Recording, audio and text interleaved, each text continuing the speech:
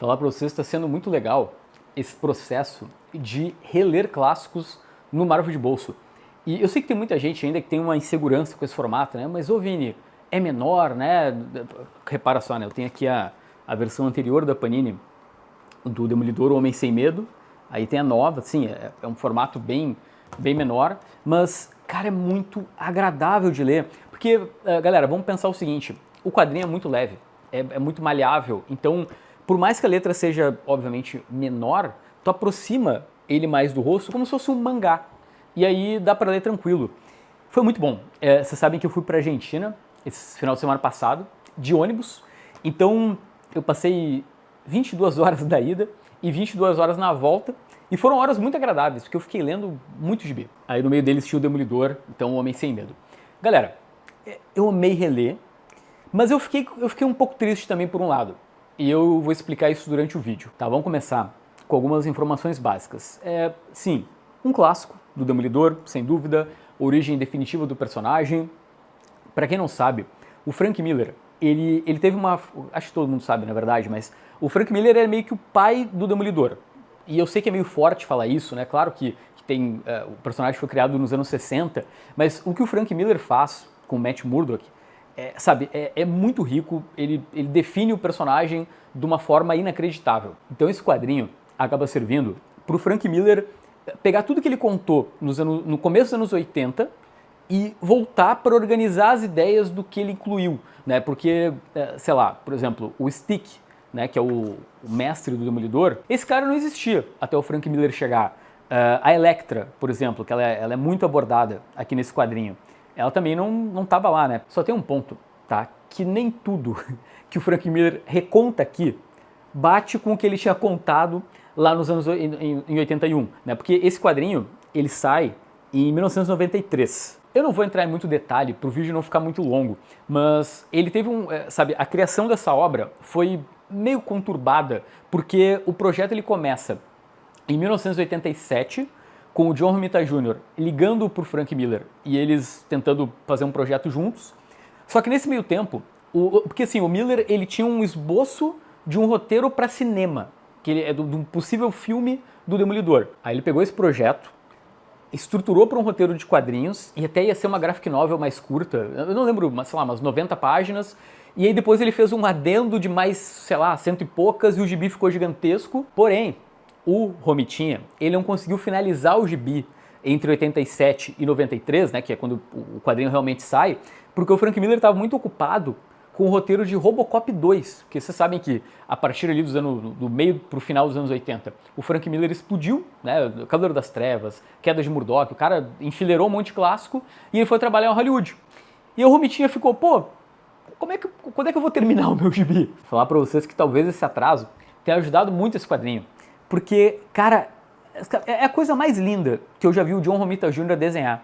É um absurdo. Cara, pega a primeira página.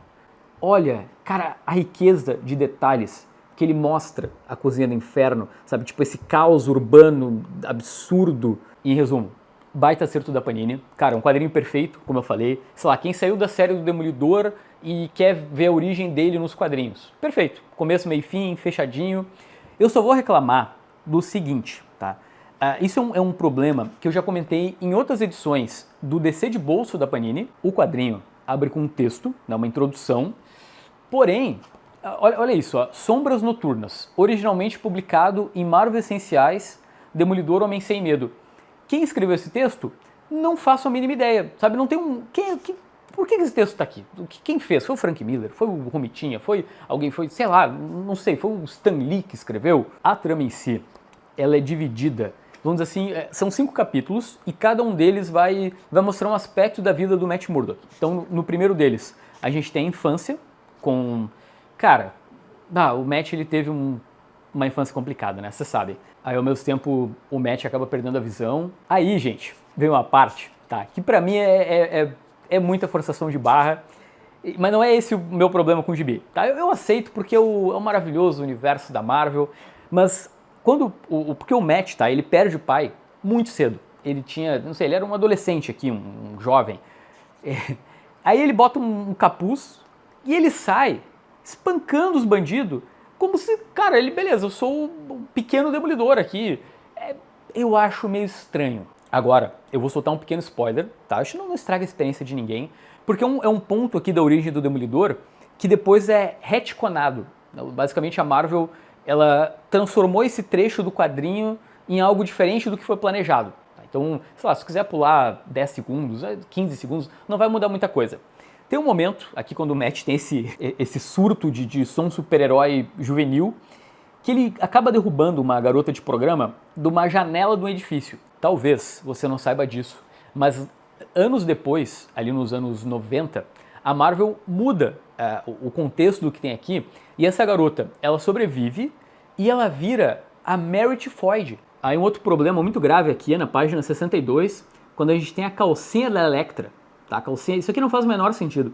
Elektra, filha de um pai ricaço, como é que ela vem direto da Grécia e tem uma calcinha furada? Isso é um erro, claramente um problema aqui que não foi corrigido. Pois então, a terceira parte do quadrinho é justamente o primeiro encontro do Matt Murdock com a Elektra, que, como eu falei, já não bate com o primeiro encontro lá da época do Frank Miller, de 81. Não tem nada a ver, se tu lê lá a origem da Elektra original, não bate com essa. Ah, gente, sério, essa personagem, ela é muito legal. Porque ela mal fala, ela é super misteriosa, ela e o Matt, né?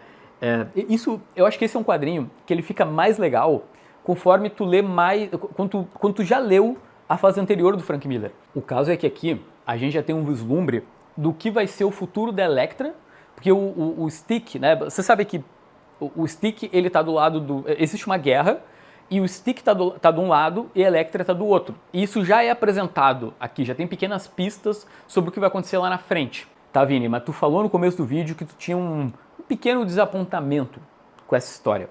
Então, vamos lá. Se a gente pegar obras do Frank Miller marcantes de heróis urbanos, tá?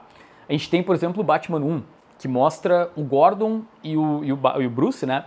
Justamente tentando encontrar uma forma de salvar uma cidade suja. Vamos lá, tem todo um debate político, social, sobre como resolver um problema, né, do mundo real. Aí, por outro lado, tem Demolidor: A Queda de Murdock, que também se propõe a algo bem grandioso, tá? Porque, de um lado, lá na Queda, a gente tem a reconstrução de um super-herói, né? O Frank Miller tira tudo que o Matt Murdock tem e tenta reconstruir, só que além dessa parte, tem toda a trajetória do Ben Urich, que ele representa a mídia, a imprensa, tentando, através da verdade, resolver o problema da sociedade, né? Ou seja, expor um cara como rei do crime, né? Expor um policial corrupto, mas aí o sistema, ele se blinda para impedir o trabalho da imprensa. Gente, é mais uma baita discussão. Então, O Homem Sem Medo, tá? Eu amo, é muito bom, eu adoro, mas assim, quando eu relendo agora, porque eu não lembrava tanto, eu sinto que é um gibi menor do Frank Miller. Ele não é um quadrinho que ele se propõe a discutir um tema mais amplo, uma discussão filosófica, apresentar um problema da sociedade, como resolvê-lo. Calma, calma. Eu sei que tu já tá pronto aí pra me xingar. Ah, seu hater maldito, falou mal do meu... Não, eu gosto desse gibi. Eu acho que assim, talvez a grande discussão aqui no Homem Sem Medo, se a gente pegar ali a partir do pai do Matt Murdock, o Jack, né? Ele era um cara que o ambiente, né, a cozinha do inferno, esse lugar terrível, ele moldou o Jack para ser algo ruim, né? O cara, como eu falei, ele começa a trabalhar para máfia, aí de repente chega nesse ponto que eles falam, ó, tu tem que entregar uma luta. E ele fala, não, peraí, meu filho tá na plateia e eu preciso dar o exemplo pro moleque. Então eu vou me sacrificar aqui, mesmo sabendo que eu vou perder a vida, mas pelo menos, sabe, eu vou dar um bom exemplo pro meu garoto. Pensa comigo, a gente tá falando de uma cidade que tirou tudo do coitado do Matt Murdock.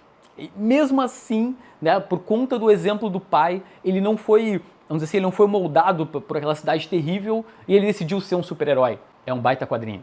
Meu único ponto é que, diferente de outras obras, porque é que geralmente o Frank Miller discute algo maior, sabe? Na própria fase dele no Demolidor, quando a gente tem Mercenário, Justiceiro, todo esse triângulo junto com o Demolidor, né? A gente tentando discutir o que é verdade, o que é justiça, né? Como, de novo, como resolver os problemas da sociedade. Esse aqui é um bom gibi, que é a origem de um baita de um herói. Uma nota de 0 a 5 para Demolidor, Homem Sem Medo.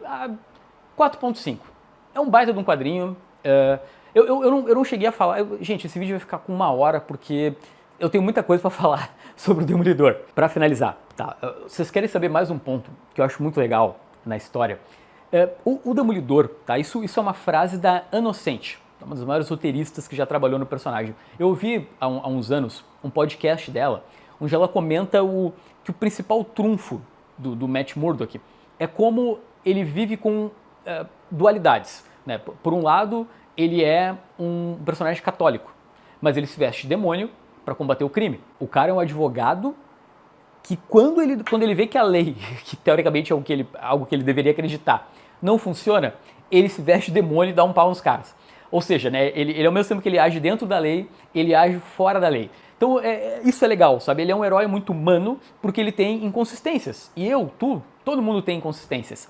E aqui o Frank Miller traz um ponto que eu acho muito interessante.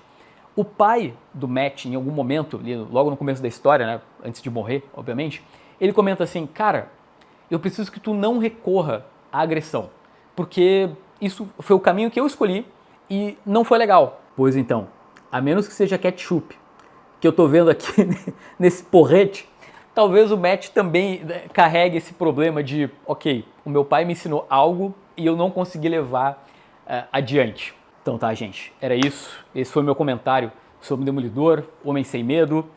Esse vídeo ficou mais longo porque, como a gente tá falando de um quadrinho meio óbvio, né? Todo mundo conhece o Homem Sem Medo, né? É um clássico, famosão. Eu procurei trazer uns insights, discutir um pouco de gibi, para não ficar só olha só, é bom, leiam, e é isso.